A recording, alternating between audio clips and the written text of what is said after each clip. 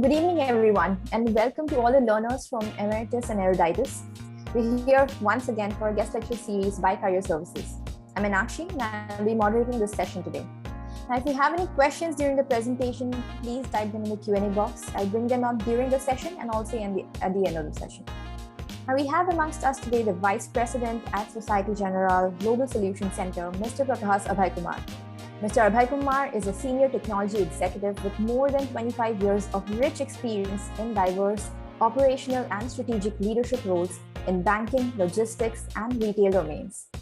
His expertise is in digital transformation, growth-driving digital enterprise, product, platform development, building offshore delivery centers, and leading technology teams as well. He currently heads the IT department for corporate loans and securitization in Bangalore. Before this, he has worked for a startup, IT services, and consulting organization in India, Belgium, and the States. Prabhas is a certified PMP professional and a safe for Agilist. He completed his Bachelor of Engineering in Mechanical Engineering from Bangalore University, MS in Computer Information Systems from St. Mary's University in USA, and MBA from Our Lady of the Lake University and the States again. Now, it looks like it's going to be a very exciting and knowledge-packed session today. So please join me in welcoming our guest, Mr. Prabhas Abhayakumar. The topic for today is importance of product management in Fintech. Mr. Abhayakumar, welcome, and the stage is all yours. Thank you, Meenakshi. Good evening, everyone. I trust all of you are doing good, safe. We have almost close to 100 participants. I will stop my video since I am sharing the deck. So good evening, everyone. So we'll spend the next 50-55 minutes and I will try and share my experience, my views on this topic. Let's make it interactive with any questions that you have on any particular slide or topic that I might be covering. If possible, I will cover it right and there. Please post your questions in the Q&A window. If I feel it is more generic that I can cover at the end, I will park it. Okay, let's get started. So when Shivam reached out to me about a specific topic that we can have a webinar, I thought about product management since this is one of the hot topics today, especially with the startup ecosystem booming in India and across the globe. And specifically, since I currently work in the bank, I thought a little bit of flavor on the financial services or the fintech world, right? So that's what I will do.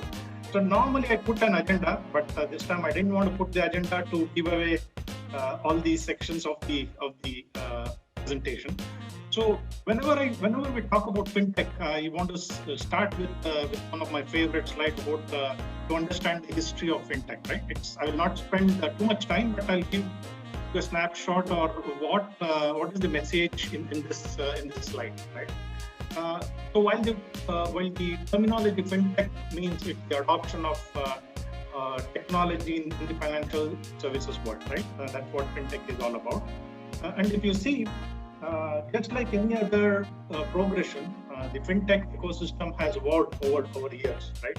Right from the beginning, where the initial development happened in terms of infrastructure development and usage of computers and things like that, to the progression of that in the internet world, in the mobile world, which we are still looking at a increased pace of adoption and so forth, right? So that's where you'll see all the elements of it. So what is important here is to understand how the underlying infrastructure, underlying technology has enabled or accelerated growth of financial services, has influenced the change in the financial services and how we consume the financial services, right? That's what is important, right? So if you look at it from a traditional banking, brick and mortar services to getting onto the internet, now having mobile and having everything on your handset, right? So that's the key message, right? Important to just have the snapshot. You'll see the relevance of it as we progress, right? So how does the fintech landscape look like, right? So if you look at this, I will not again go into each and every element of it. if you look at this landscape, whatever you see in this arc, right, the different areas or the different services, it's traditionally provided by most of the banks under one umbrella, right? Except for maybe for insurance, a few banks do not, but most of the other services are provided by the banks under one umbrella, right? What differentiates fintechs from banks is where focus. That's the main difference, right? Fintechs are focused in one specialized area, right? Be it lending, payments, insurance, and so forth, right? So that's what differentiates the traditional banks from the fintechs, right? So they are very focused, and there could be hyper specialization within any of those areas, right? For example, in lending, you could look at fintechs who are set up marketplace, or who are in alternate lending options, very focused on that, B2B lending, P2P lending, and things like that. So there is further hyper specialization. But to the most part, fintechs will look at any one of these areas. And of course, as and when it grows, it could also add other services under its umbrella. But to the most part, they're highly focused on one specific area. Right? So now, having looked at the history of fintech, having understood how fintechs are different from banking and what fintechs do, we get to the core topic of history of the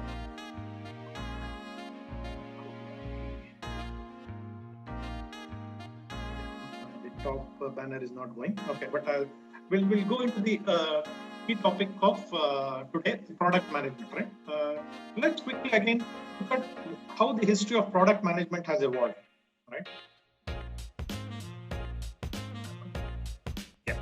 So I'll not take too much time, but I'll explain how it has evolved.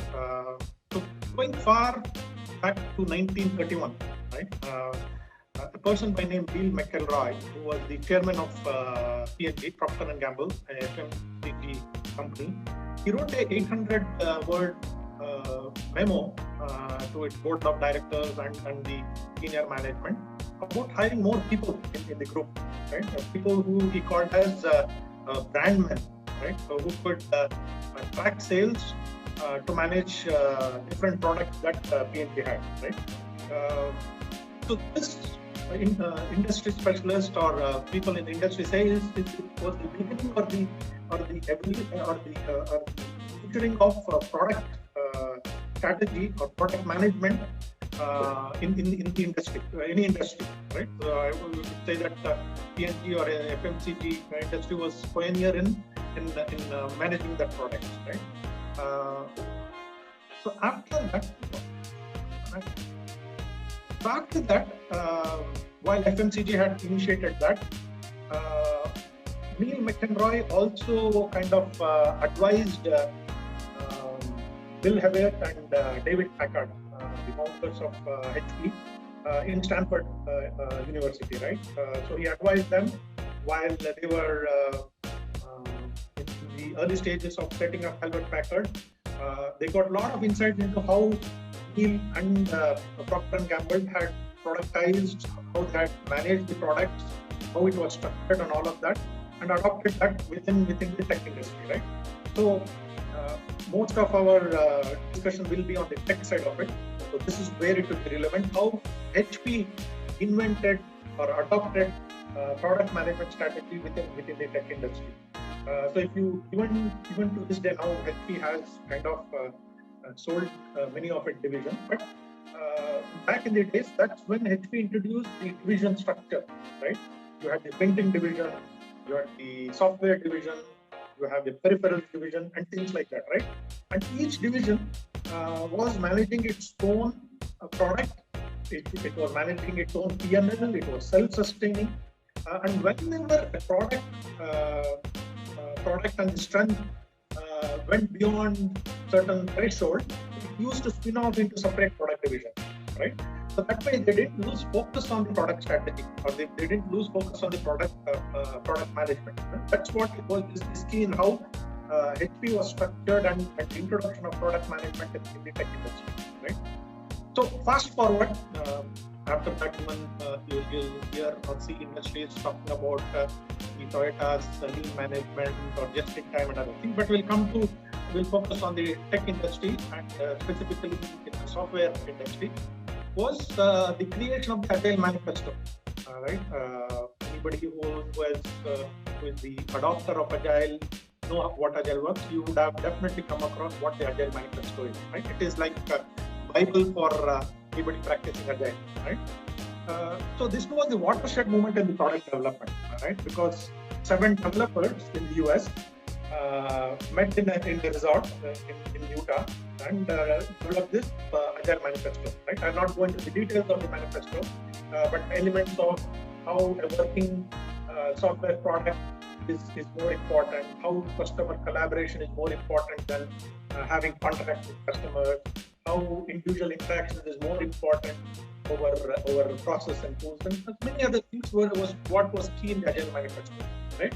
So when software developers, when service providers in the software industry started to adopt Agile Manifesto, that's where the product management, the product owner, the product manager roles started evolving, right? Again, fast forward when startups and the fintechs started to get its prominence. I would say 2014 was the time when startup and the fintech really bloomed, right? So they kind of, according to me, kind of industrialized product management, right? More so in the fintech, of course, definitely in other industries it also happened. But if you are old enough to have lived in 1990s and others, you don't have heard about a product owner or product manager roles, right? It was predominantly project manager or a program manager, right? So in post 2000 and so forth, 2010 and 2014, beginning of that, is when the industrialization or the large-scale adoption of this started. Right? It's very important to know this. I'm sure you will appreciate to know how product management, specifically in the tech industry and the software industry, has evolved. Right? So, what is product management? Right? Where does it fall, or what are the elements of it? Right? So, technology is to explain this picture. Technology is one element where you're talking about the tech stack, the developers, what kind of process they use, what kind of methodology they use, blah blah blah, all of that, and what they build in terms of the user experience, right?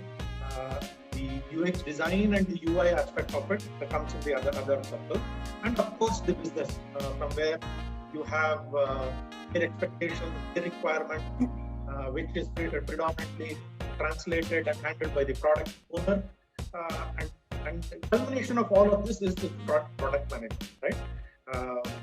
User experience, which is represented inside the company in terms of what is the journey that user goes through with your product, right? And like I said, the technology stack and others, right?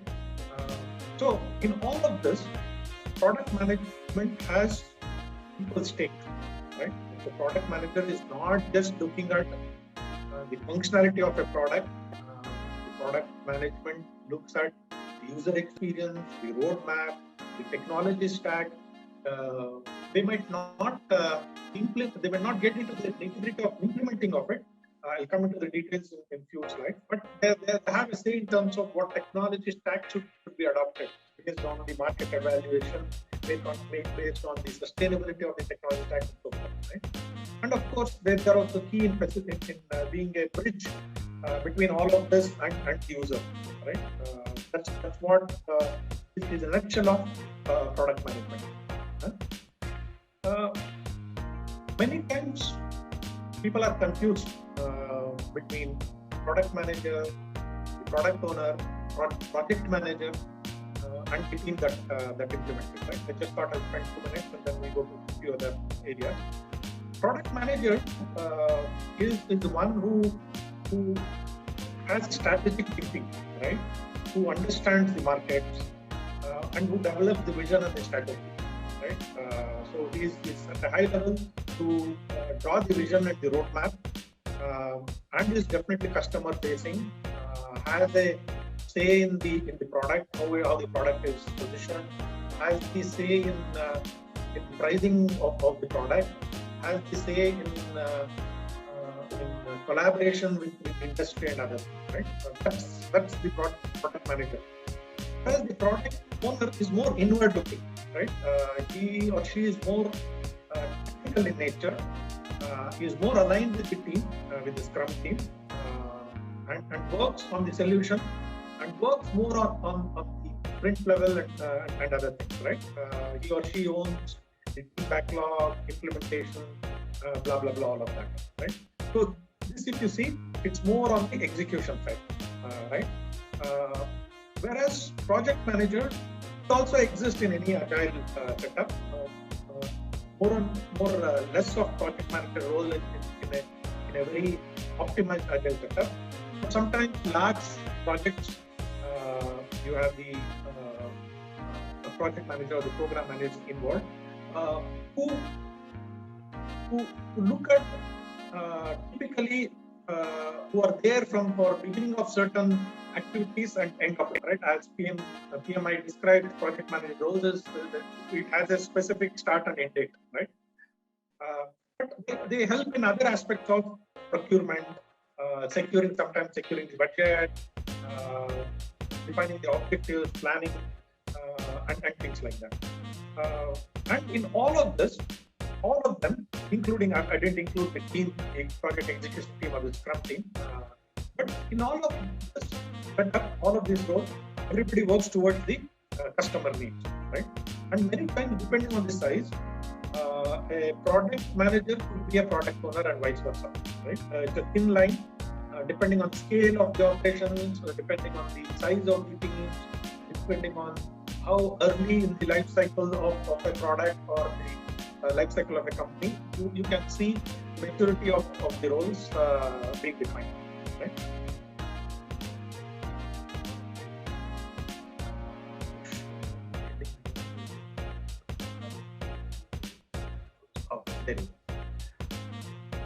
So I want to explain the project management life cycle, right?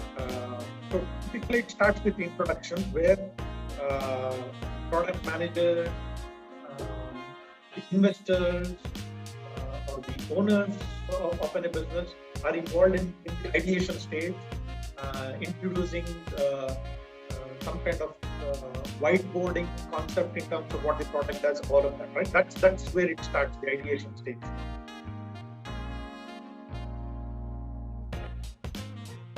Then this is the growth stage. Once the product is ideated, the product is developed, released in the market, it grows, you acquire more users, you acquire customer base based on the segmentation, whatever, and your revenue grows or you burn the cash, whatever, depending on the type of the product that you are looking at. Then it definitely reaches some stage of maturity at some point, right?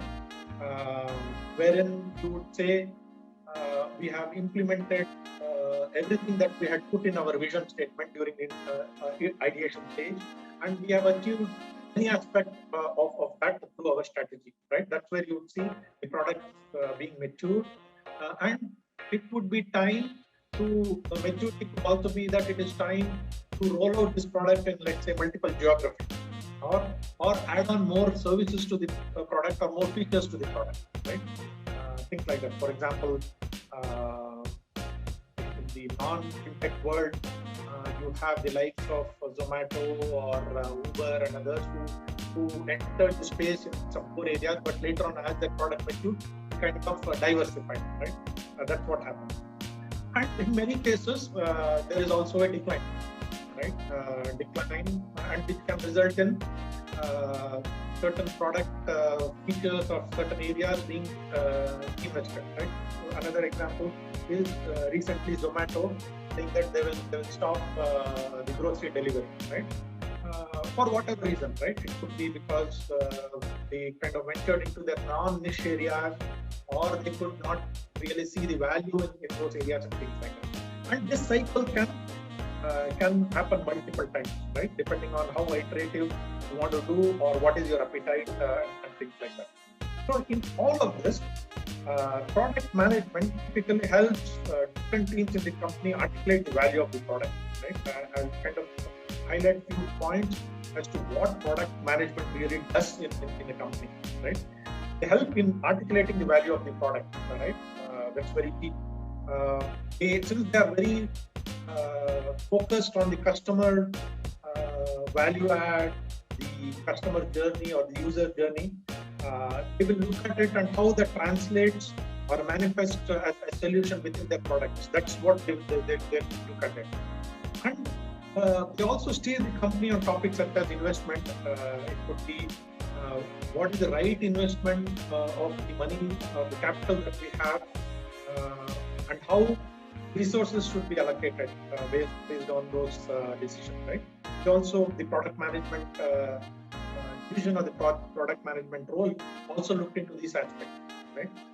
This is very important, right? This point is very important because this can many times in a startup and a fintech can break or make the company, right? Many times talking to product managers, you will see that they do not have a say in this area, right? That's where many of their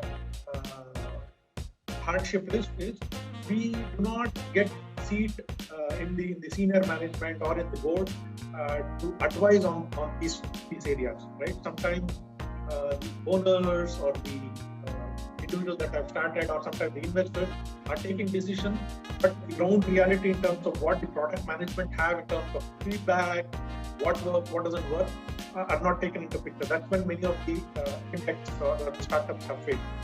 Last but not the least, they help in delivering competitive products, right? This is what makes any company, more specifically startups in the fintech space, stand up in the crowd, right? The fintech space is overcrowded, right? Competition is cutthroat, right? Still there is opportunity for innovation, but competition is cutthroat unless you deliver competitive products which has huge differentiators. Companies or products will not be able to sustain, right? So coming to the core importance of product management in the fintech world, right? If I had come directly to this, my whole presentation could be in 1 or 2 slides, but I'm sure you would appreciate the journey we have had so far in terms of the topic that we covered and how we arrived at this point, right? Why is product management so important in the fintech world, right? Compared to other areas of other industries, fintech, except for few specialized fintechs in few areas, predominantly deal with money, right? Either it could be in the retail sector or in the corporate world, they are dealing with money. And when it comes to money, it becomes very, very critical because with money comes trust, right? So first, building that trust takes time, right? And today we have many fintechs, especially during the past 1.5 years of the COVID world, we have seen a lot of fintechs, a lot of apps in the marketplace, especially on the retail lending, right? A lot of frauds also happening, right? We all know that. I'm not going to those details, but for any fintechs to sustain and progress in a long run, they have to build that trust, and it takes time, right? And it's a balancing act to sustain that as well, because trust is not always about whether my money is secure with the company that I trust with, or whether my data is secure, right? Today, data is also gold, right? Data is also monetized today, right? So there are many aspects of trust, not just with money. Money is the key part, but trust is also in terms of the data. Trust is also in terms of responsiveness. Trust is also in terms of long-term sustainability, all of that. So it's a balancing act that all the fintechs have to do it very carefully, because once you lose a customer, gaining back that customer is quite hard. Because in the fintech world, that's where I'm saying the topic is importance of product management in the fintech world. Because the moment you lose it, gaining that customer, gaining that user confidence back will be a horrendous task, right? Unlike in retail, for example, today I might not like sorry for naming some of the brands here, but today if I don't like something on Amazon, I might bash about Amazon, I might bash about that seller on Amazon, I might bash about that product. But tomorrow if I find a good deal, I will go back, right? As a customer, I would have forgotten my bad experience about that product, about that seller, about Amazon. I'll quickly jump on that deal because it is enticing. The same thing is not the same with Fintech, right? That's what is key about here, right? And the product side, the next point is the product side has a huge role to play because, again, I'll give the example of a retail or a marketplace. Unlike Amazon, which is a marketplace with a lot of products and services, right? The vast ocean in terms of what you can buy, what you can get in Amazon, right? Whereas in a fintech world, in a specialized world, your product is everything, right? If you don't have a great product, there's nothing else to sell. Even you might have the best sales team, you might have the best technology, but if you don't have a good product, you don't have anything to sell. So your product is your USP in the fintech world, right? That's where, again, I keep reiterating, product management is key in the fintech world, right? Next one is innovation. Innovation is key. Of course, I'm not saying that in other startups and other sectors, innovation is not key. But in the fintech world and to some extent in retail and others, innovation becomes the key. Stakes are high because the differentiators is very little, right? Today, for example, if you look at an app or a product from HDFC versus IndusInd Bank or ICICI, all of them are traditional banks. All of them offer the same product. The Indian financial landscape, the interest rate that they charge might be a little bit varying. All of them are pretty much the same, right? So what is the differentiator? Is the innovation, right? Of course, the trust each of those brands have in the marketplace also plays a role. But how have they innovated? Are they one step ahead of the competitors? Are they able to wow the customer in terms of their innovation? That plays a big stake in the fintech, right? Next is the regulatory environment in the financial world, right? No other, of course, there are regulators in terms of rules and regulations in every industry, but nothing like in the fintech world, right? Regulations are many times specific to the area that you're working in. For example, like industry, the insurance has IRDA regulations, banking has RBI regulations, there are country, region-specific regulations, many things like that, right?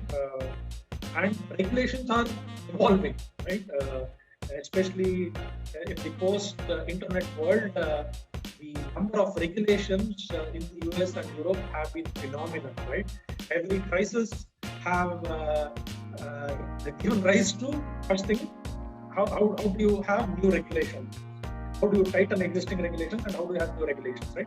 So, from the product management, have to be, if not in line with what regulations are there, have to also foresee whatever I am developing, how could any regulatory changes in this area be adopted? How quick can I adopt those regulations? How quick can I be compliant with those regulations? That's very key, right? So the product manager, the product management team not only has to focus on the technology, the user experience, the user journey, competitive landscape, but also be very widely aware of the regulatory environment. Of course, you'll have departments like the legal, compliance, blah, blah, blah, all of that to advise you. How do you understand that? How to incorporate that is key, right? That kind of thing. And with all of this, sometimes what I've seen working in the bank, both in India and in the US, what I've seen is building products, building applications could be sometimes a slow process, right? Because of everything that we have discussed so far, right? You will have to deal with a lot of cross-functional teams, right? Cross-functional teams could be your design, engineering, marketing, analytics, sales, that normally exist in all other sectors. But specific to fintech, you have your legal, your compliance, your credit and your risk department, your fraud department, your accounting, your treasury, which goes on, right? So it makes it quite complex. At the same time, how fast you can take your product to the market, the early adopters of either technology or any innovation, and how quickly you are able to get your product to the market and differentiate you from the rest of the product, right?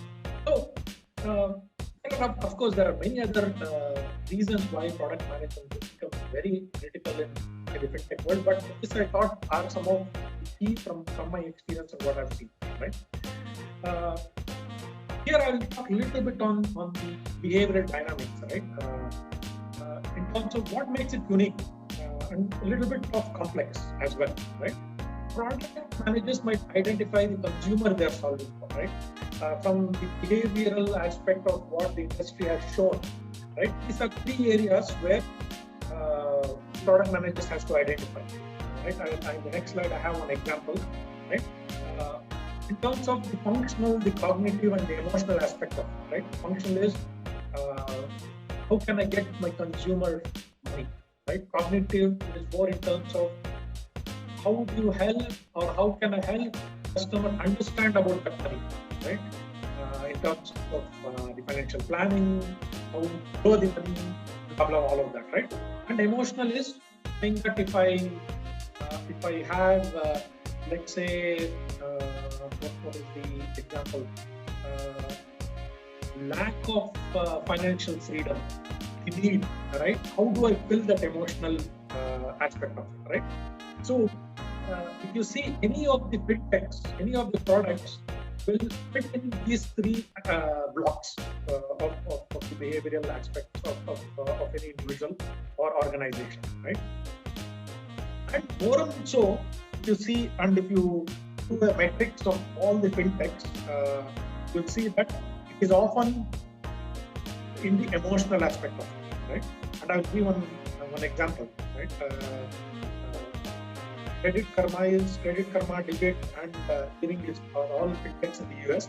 It's Digit, not the Digit insurance in India, right? These are all fintechs in the US, right? And all of them are still operational, right? Credit Karma is the one which gives you free credit score, right? Credit score is very relevant in the US. These days, even in India, it is getting prominent, right? So if you look at what Credit Karma gives, right, it caters to all the aspects that I explained in the previous slide, the emotional, cognitive, and functional aspect of it, right? And Digit it will help your financial status, your inflow, and help you save and plan your financials, right? So that's where it addresses some of the emotional and functional aspects of it. And learning is it's a payday application, right? In the US, you normally get paid weekly or fortnightly, right? And sometimes you are many of the individuals live on paycheck to paycheck, and the entire requirement of getting money before you are paid, right? So learning is addressing that need where you don't have to wait till your paycheck. If you have finished certain, if you have contributed to certain working hours, in certain aspects, you can look at this application or this product to get money in your pocket on that particular day, right? Of course, there are restrictions and other nuances, right? So this is what this particular fintech is addressing the emotional and functional learning, right? So there are why I brought this behavioral aspect, and it's very key in the fintech world is unlike let's say retail, you will have to look at how I address these aspects in my product management as well, right? I'm not saying that a retail startup or a logistic and distribution startup is very simple and very easy, right? Even there, a lot of dynamics have to be looked at. But another example is, let's say you have grocery delivery, right? Big basket, right? All of us, many of us in the Indian context know what big basket is, right? They deliver groceries, right? Just take away the big basket logo and all the UI elements of it. Put a different logo, right, on it, or take it to a different region or whatever. You can still continue with that, right? Whereas it is not that hyper specialized like you see in the Fintech world, right? Whereas what Digit does versus what Credit Karma does versus what Erin does, totally different, right? This is just one small example, right? You saw the Fintech landscape in the earlier slide. It's so specialized and unlike other areas. This is what adds to the complexity of the Fintech, right? So next few slides, I will cover what could go wrong. I'm sure there are many individuals who have joined in today who would be eager to understand what they can do to be good product managers and things like that. I'll cover some aspects of that as well, right? Some elements of it. But before I go into that, I don't want to go into details of why fintechs have failed, blah blah blah, right? Internet is flooded with that information. Just one example, recent example.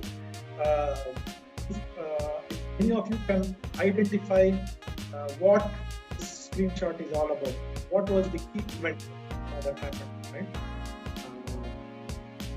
So I'll give you seconds for anybody to think about it, right? There are some keywords in the screenshot that will give you some clue, right? So earlier in this year, Citibank made a payment of $900 million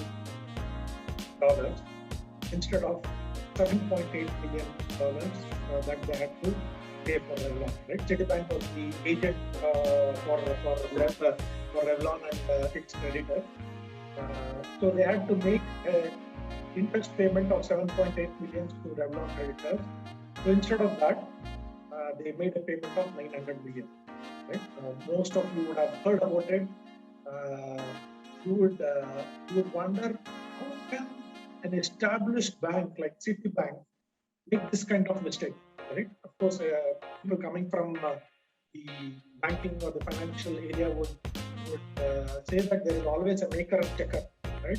Multiple levels. In this case, there were three checkpoints, right? The person who keyed in, the supervisor validating it, and the final approval was within Citibank.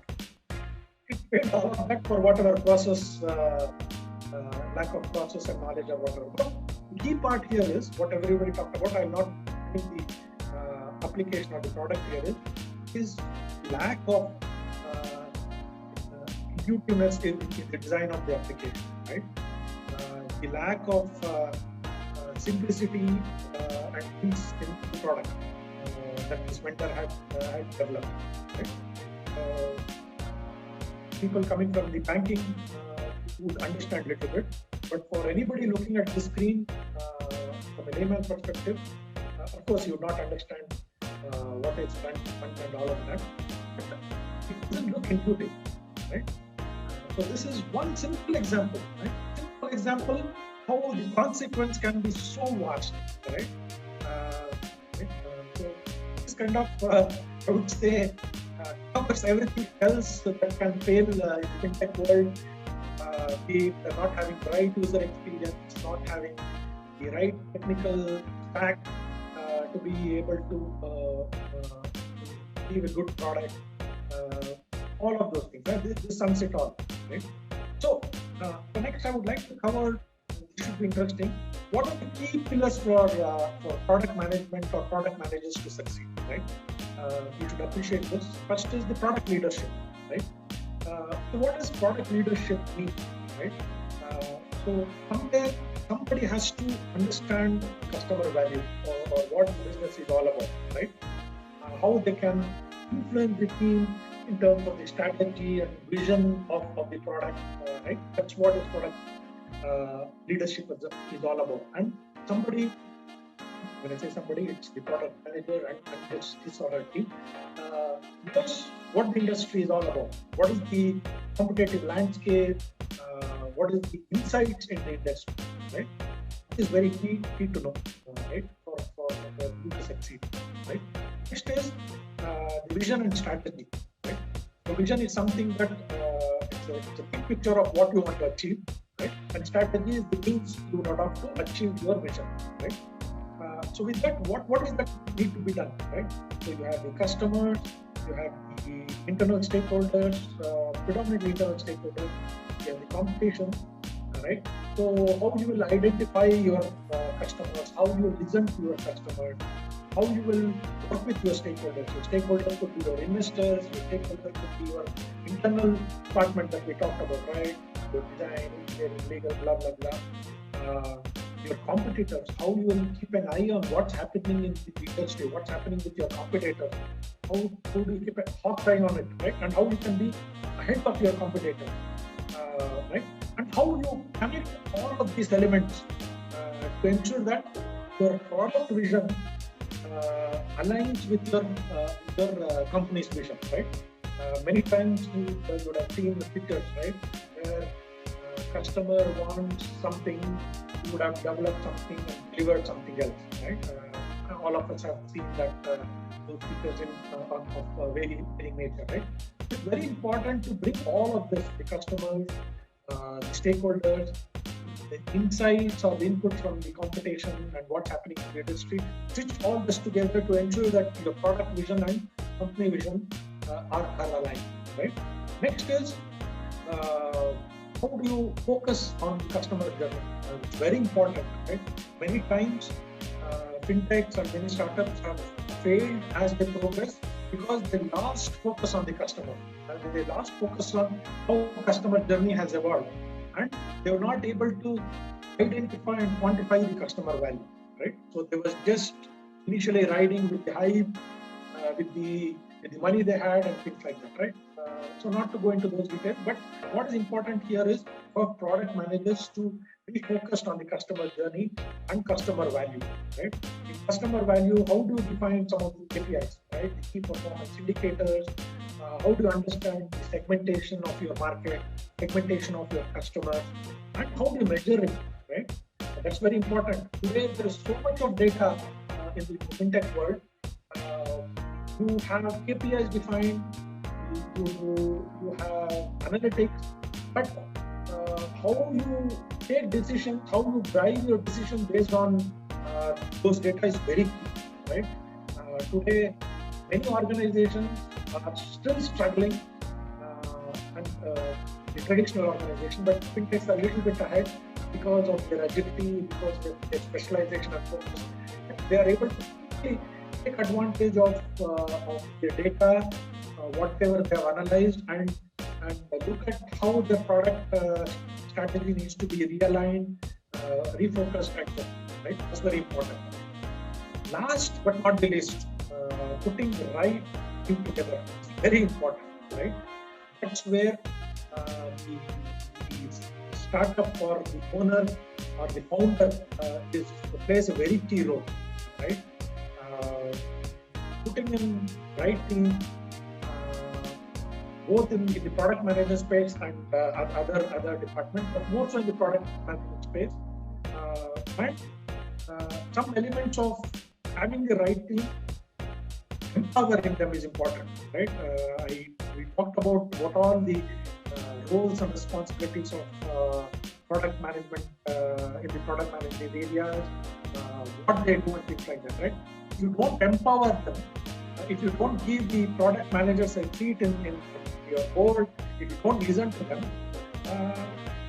it's of no use, right? Somewhere down the line it will fall through, right? So how do you empower them? How do you set up the right communication channel?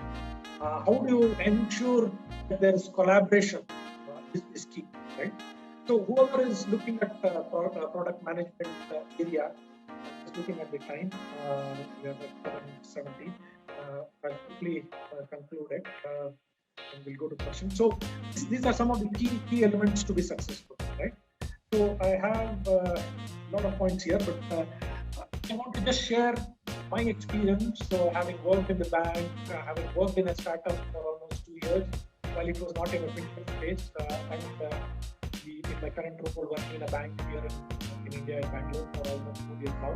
I want to share a few thoughts and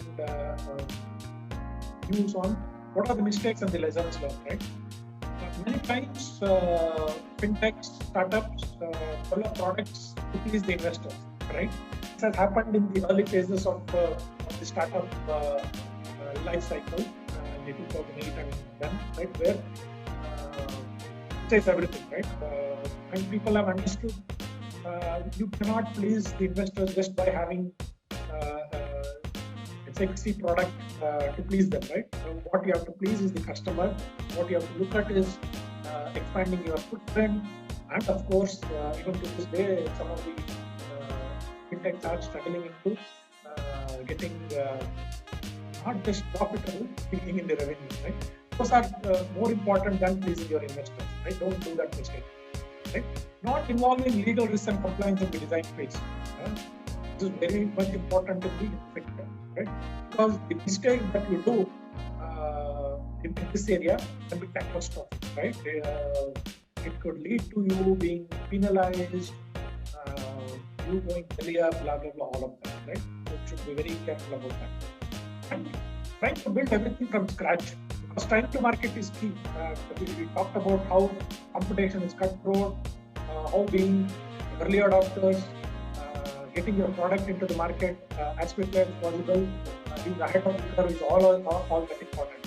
So in that context, no matter how complex your product is, right, you cannot look at, you should not look at building everything from scratch or building everything on your own, right?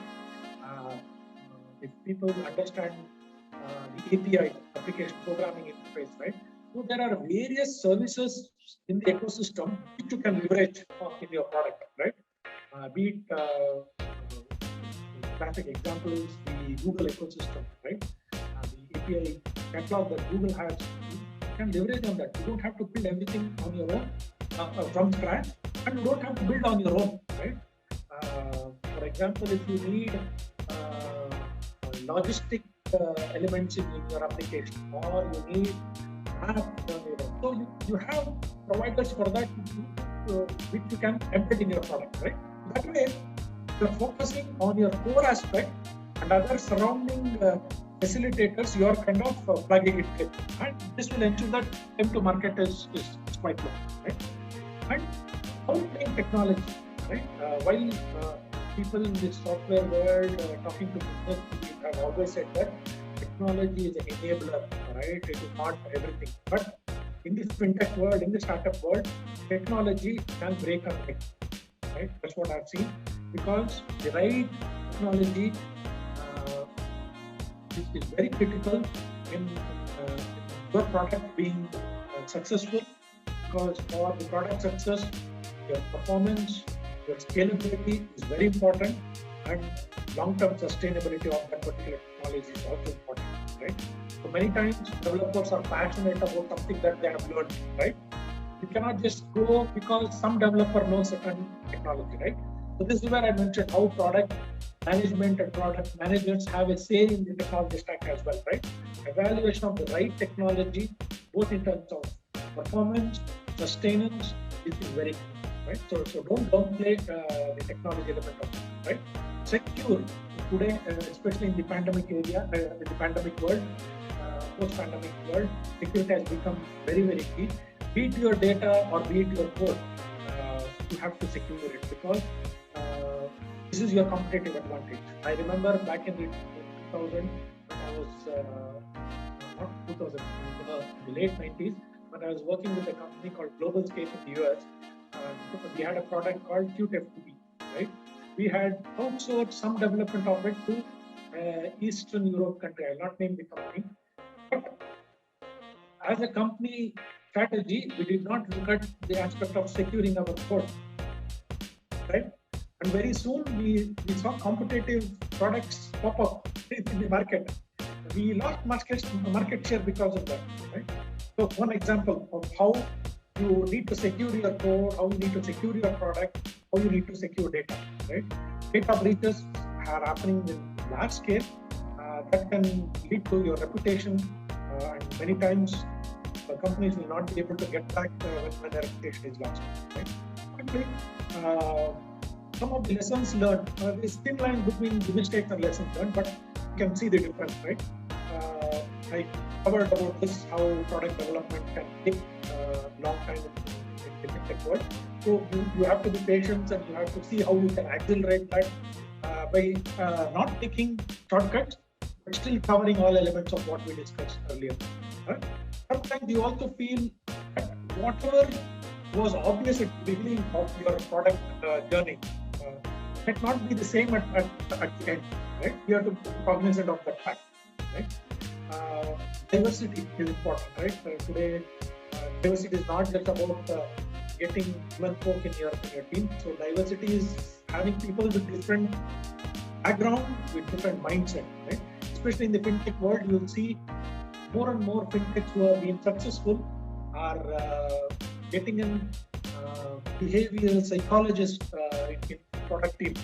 I wonder what will a behavioral psychologist do, right? But how users are using, how your application is behaving, all that matters, right? And just one example, right? So when your product is in multiple regions, right? Bringing cultural aspect from each region also helps, right? So that's where diversity is very, very important. And there are many case studies about how diversity has helped products evolve and mature, right? And it's important to experiment, right? That's the classic difference between a traditional brick and mortar bank or financial institution versus a fintech is how they're able to experiment. They have many advantages over the brick and mortar companies. It's important to experiment, right? And like I said earlier, fintechs and startups are the pioneers in the agile, and agile says very fast. So it's important to have that concept. So that way, you don't fail when you launch your product, but you fail while you are validating certain concepts, while you're during your ideation stage, and you can cut down your losses, right? That's very important, right? And last but not the least, your decision should be data-driven, not emotional, right? Many times, even today, many of the fintech decisions are sometimes, I'm not saying all the time, are taken because of the emotion, right? Sometimes the funding is there, so we aggressively look at expanding without looking at the data points, right? And maybe certain influence of certain founders or investors, we take decisions, right? So, especially in the fintech world, especially in the overall startup landscape, your decision should be data-driven, right? That's where you'll be successful, you'll be more competitive in your market, you will earn less cash, you'll be very lean and agile on all of it, right? So this is not an exhaustive list, just my experience and my view. Last one, this is the last one, and we'll go to questions. I don't want to have a hard stop at 7:30. I can go on as long as people are available and ready to take questions, right? I'll quickly summarize this. So Emeritus has been the sponsor of this session. I would also like to say that I have very good partnership with many of the leading universities across the world. For example, they have a very good partnership with Northwestern University, the Kellogg School of Management, for a Chief Product Officer program, right? A very good program. Industry AI, PMM is the industry de facto for any certification. And you should also look at product school, right? So they have these three certification. Little bit on the higher side, I think each one of them starts anywhere around $3,000 or $4,000 and above, but it's very well industry recognized. And definitely look at the tiny URL that I've typed there, right? There is a conference that product school conducts multiple times in a year, ProductCon. it is a paid conference, but there are early bird offers where it is free. I think the next one is sometime in October or November. It is free. You will hear some of the leading product managers from across the globe, across different companies, come and talk and share about it. Right? You should definitely explore this fantastic platform to share your knowledge, fantastic platform to see what people are talking about their experience and to gain knowledge. Right? Last but not the least, many of my peers, my friends have done MBA and certificate program from this Product Leadership Institute. Right? It's an institute based here in Bangalore. It's 10 plus years old, but it is gaining industry recognition in terms of their curriculum, their effectiveness of churning out product owners, product leaders, product managers in the industry. Right? Many of my friends and peers have gone through this institute, gone through this program, and are working in companies like Influ, Mercedes-Benz, right? So I just thought I'll share with you this. Thanks for your time. I'll quickly go to the Q&A. Let's see what we have. Is product management more relevant only for the tech companies, or do you see high demand for traditional companies like auto, FMCG, retail, and luxury? Sagar, yes, the concept, like I explained, the concept of product management, if you see, I started in the FMCG, it was there in the auto, but it got industry recognition in terms of exposure, in terms of the roles, like specifically the product managers, product owners, DevOps engineers, site reliability engineers, all of that, more in the technical world, right? But it is definitely relevant in the any industry you look at, right? And especially similar to that, people keep asking, is Agile only relevant for tech or software industry? No, Agile is also being adopted in many other industries. So product management is very much relevant in any industry you look at, right? Because the concepts are similar in terms of how you build your product leadership, how you build your vision, how you identify your customer, and that journey. That journey is irrespective of your end product, but it's the same approach. Right? I hope that answers your question. Nitin has a question. If project manager is business manager, then where will we rate product manager, functional manager, or else, right? I think Nitin, I answered your question in one of my slides where I explained the difference between the product managers, the product owners, and the project managers, right? I explained that I've answered that. Sagar has a question. Will learning Lean Sigma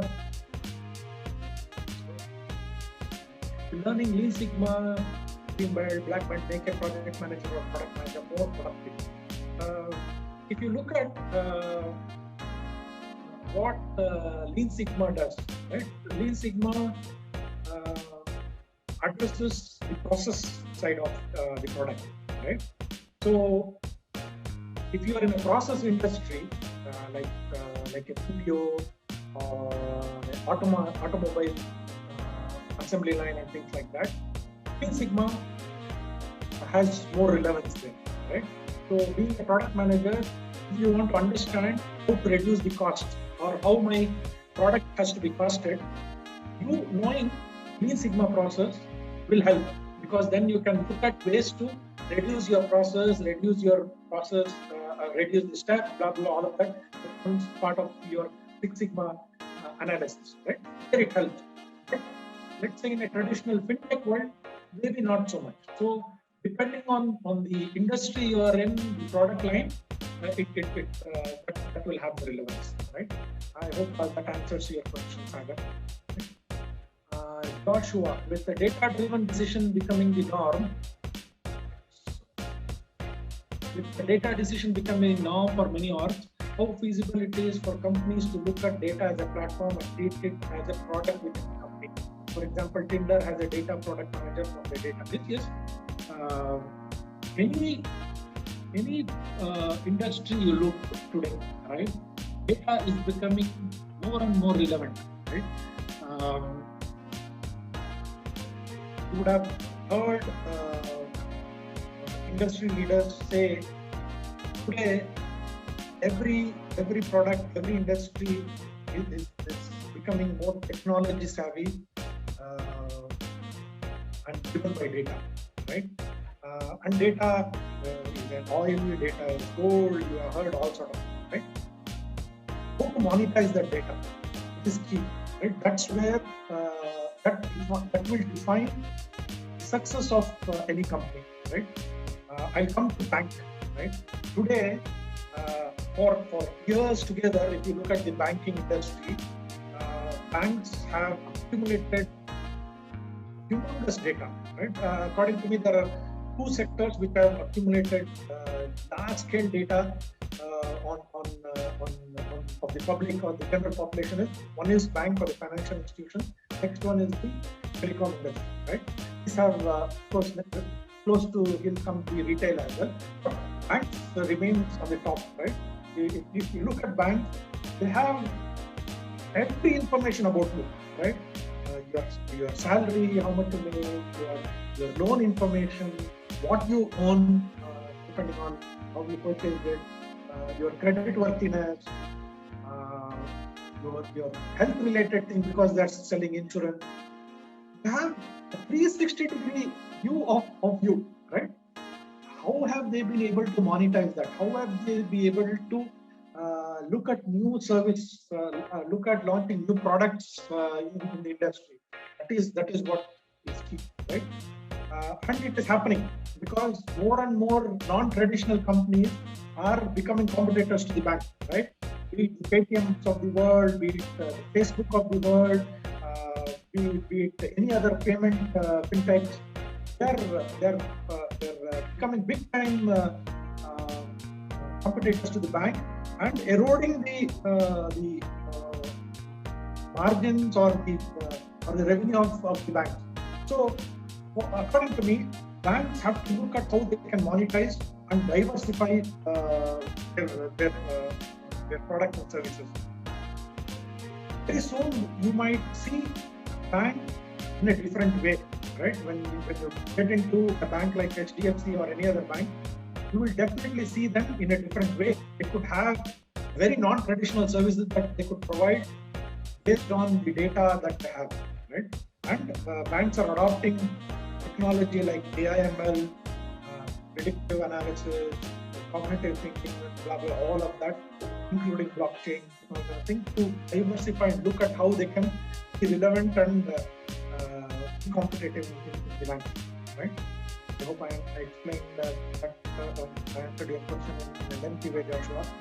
Hi Nitendra, in the scaled agile environment, would you recommend some guidelines for the product managers to align towards the global vision of enterprise product in working in multiple release streams? Okay, I will not go into the detailed safe framework and things of that nature, Nitendra, but it depends, right? Because so it depends on what is the scale of your setup, right? In many, if you have attended few agile conferences and heard about some of the companies that have become so agile, so effective, they have said we don't have a product owner in our company, right? The last agile forum, one of the agile conference I attended, one of the firm in Europe, I forgot the name of it, said that we have optimized our setup so much that we don't have a product owner. Our PA and developers talk and interact directly with our business users, right? Initially, when I heard that, I was like, wow, I didn't see that in any of my agile reading. I didn't see that in the Agile Manifesto, or I didn't see that in the SAFe framework. So then, long story short, so Nitendra, it depends on your setup, your scale, what you're doing, and how you can adopt, right? you would have seen the Agile framework. It is a recommendation. It is a blueprint. But helps you get some guidelines, and you have to customize to your environment, right? If I'm sure it's the same Hitendra I'm talking to that has worked in Southern. You know how we have adopted the Agile framework in Southern, right? We took the framework that Spotify has and saved. We married that and adopted to what works in for us, right? So that's how you need to adopt. You cannot copy what other companies are doing. What might work for some company in some sector might not work for you, even if it is in the same sector, right? So do not copy, do not try to emulate what others has done, but adopt the best practices, learn through the best lessons, what they have gone through, and see what works for you. That is what is important. I answered your question. Mohammed has a question. Are there any specialized skills to pick up in compliance, AML front to be successful PM in Fintech? On the compliance side, and the anti-money laundering side,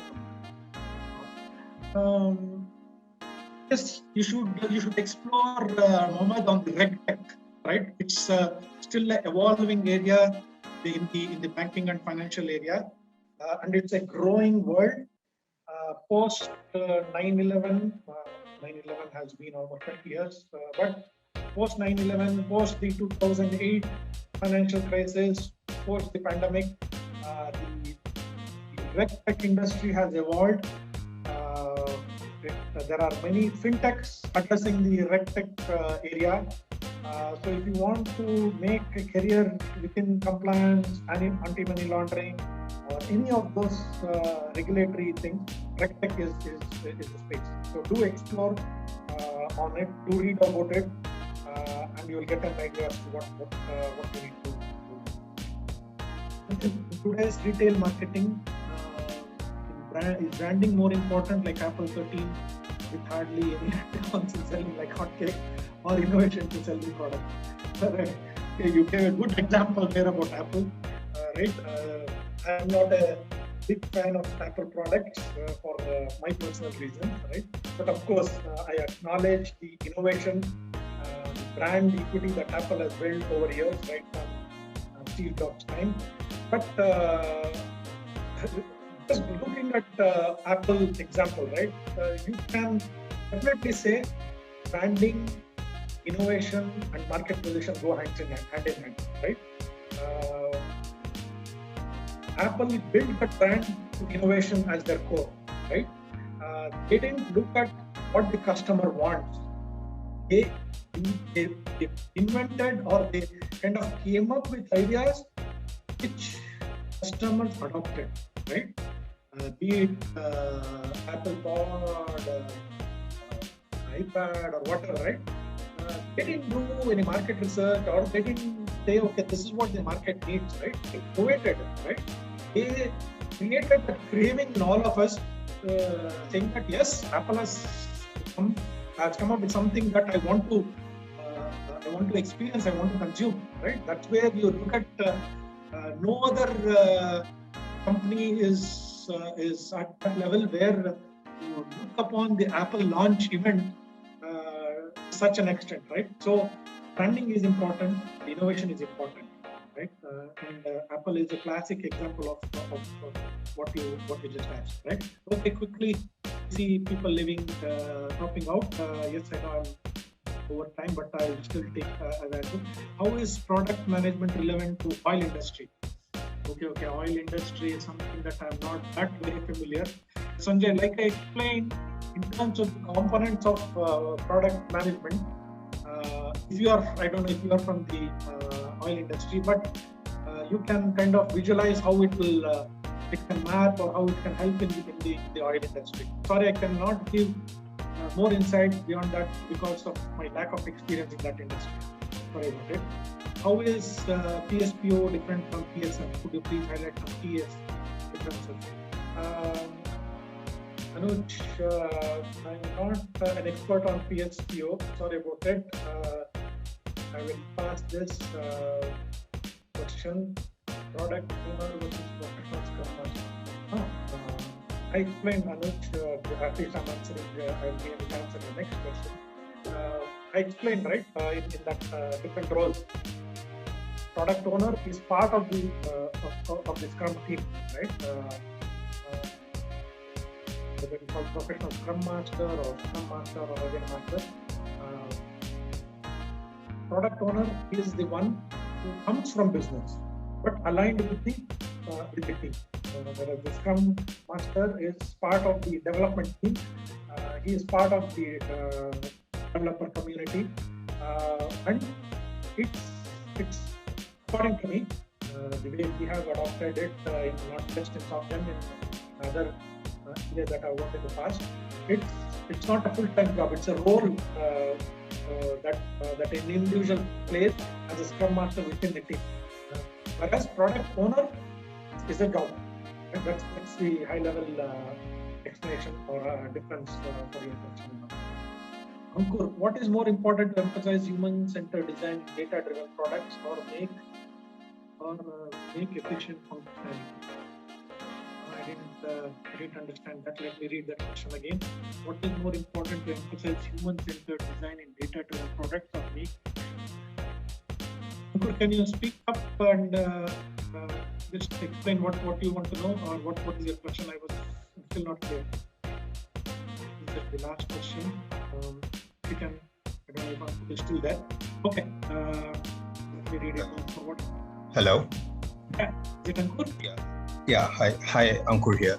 So, I just wanted to know that, what is more important? Is it more important to emphasize on a human-centered design, or to emphasize on design thinking or user experience while making a, product which is basically a data-driven product? Or is it more important to have a better functionality and better results? For example, in Fintech, Is it more important to have a product that the user can use easily, or is it more important to have a product that is more beneficial to the user?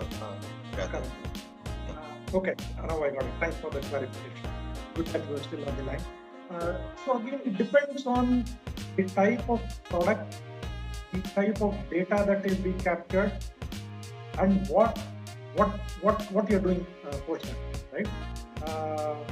And of course, it depends whether your product is customer focused, meaning is it for the general public, or is it more internal consume, right? I'll give one example. Whenever you apply for a new phone connection, right? Within the backend in the telecom industry, there is BSS and OSS, right? Billing and operation systems and all of that, where your activation happens, the plan that you have selected gets activated, your KYC happens, blah blah blah, all of that, right? There is a lengthy process that happens in the telecom world, right?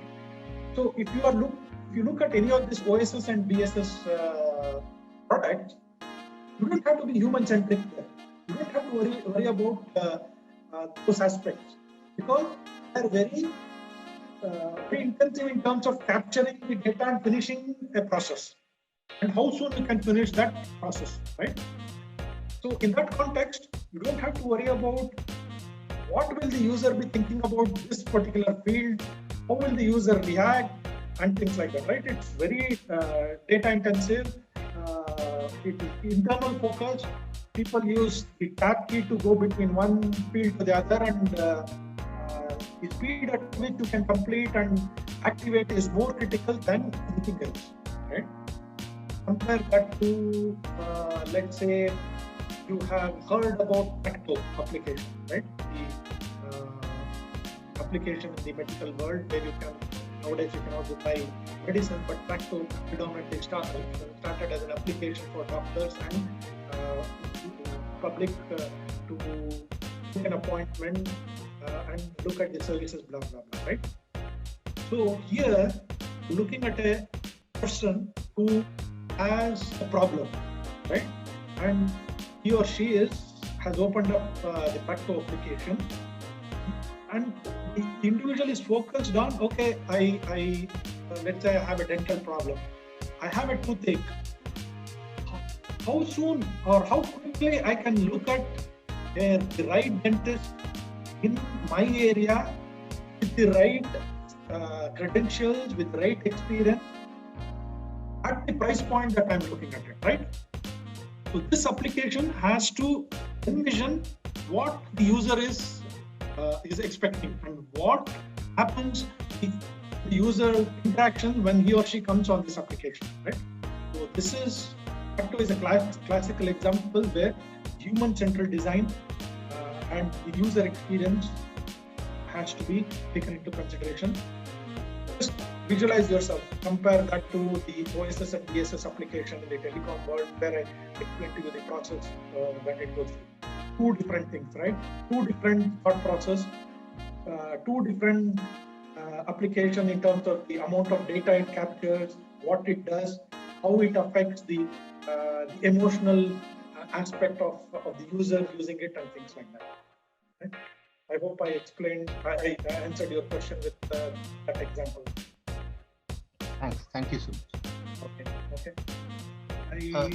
If I could, just for a minute, usually, fintech applications are difficult to operate, especially, the ones with banks. They're not very customer centered.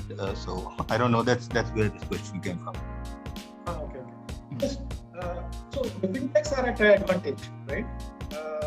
If you look at any of the fintechs that have forget Paytm or anything, right? If you look at any of the fintechs in the India context in the last 5 years, many of them have been at the forefront of their technology, right? Look at Razorpay or PhonePe or any of those, right? They have been at the forefront of adoption of technology. Many of them have adopted and been the pioneer of the India stack. Right? I will not go through the details. If you look at India stack, Google, and you will get to know what the India stack is. It is very modular, very scalable, lot of prominence on performance, right?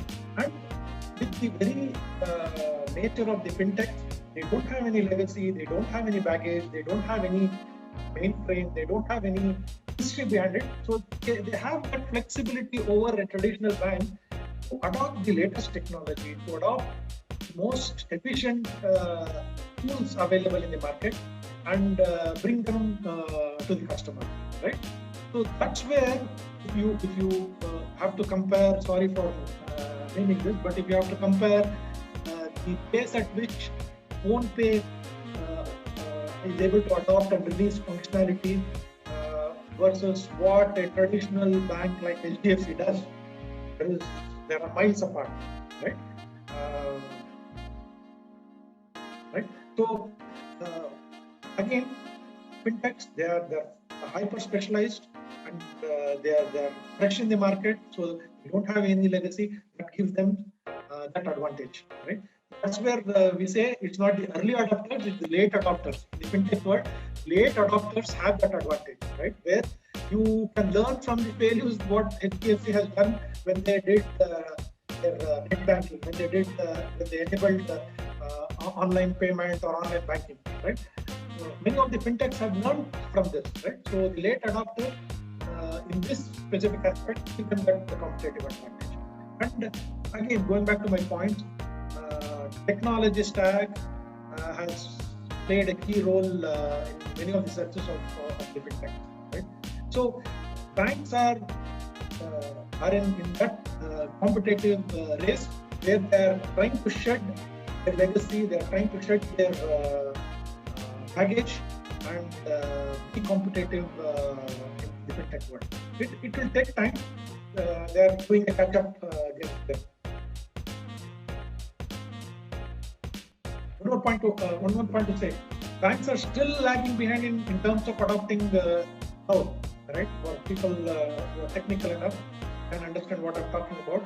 Whereas fintech today, if you understand the India stack, you know what your product vision is, you can be up and running within a month on your cloud in no time, in a month. Can banks do that today? No, they are still lagging behind in terms of adopting of cloud. They have a cloud strategy. They have various blockers, be it regulatory risk or mindset in many times to adopt that, right? So they are still struggling with that. So those are some areas where fintech have that inherent advantage, and that's where they are thriving and they are becoming a big competitors to traditional banks. So back in February, the CEO of JP Morgan said that we are shit scared about fintech. JP Morgan, one of the top 5 banks in the world, has publicly announced that they are shit scared about fintechs. So that says everything. Good. Sorry.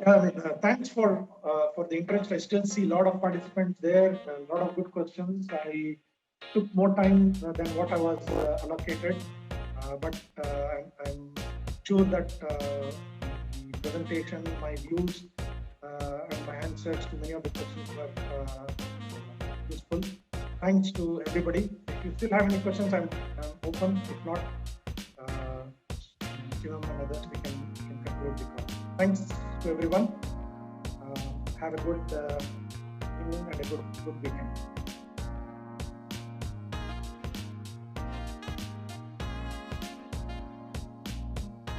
Thank you so much, Mr. Abhayakumar. This was a really lots of amazing questions and out your time for us.